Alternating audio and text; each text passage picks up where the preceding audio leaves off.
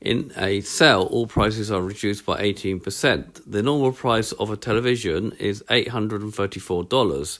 Work out the sale price of the television. So if we set it out like the normal price, or the original price, is $834.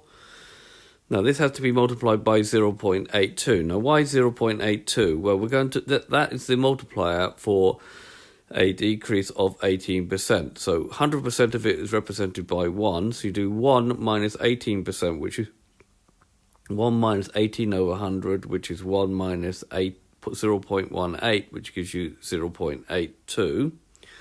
And that will give me the sale price, which is what I'm being asked to find.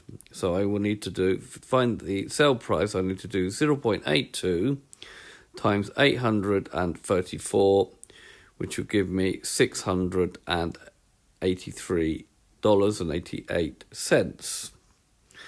Now, B, the normal price of a soundbar is reduced by $54. Work out the normal price of the soundbar.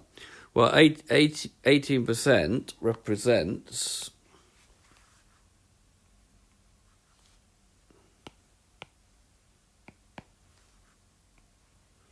$54.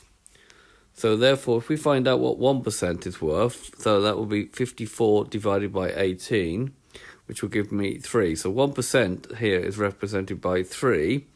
Okay, and then the normal price will be 100% of that. So the normal price is going to be 100%, so I need to do 3 times 100, which is going to give me that the normal price was worth 300. So basically, I'll just repeat what I did there. We have that the amount that the money is reduced by is £54, and that has to represent 18% because there was an 18% discount.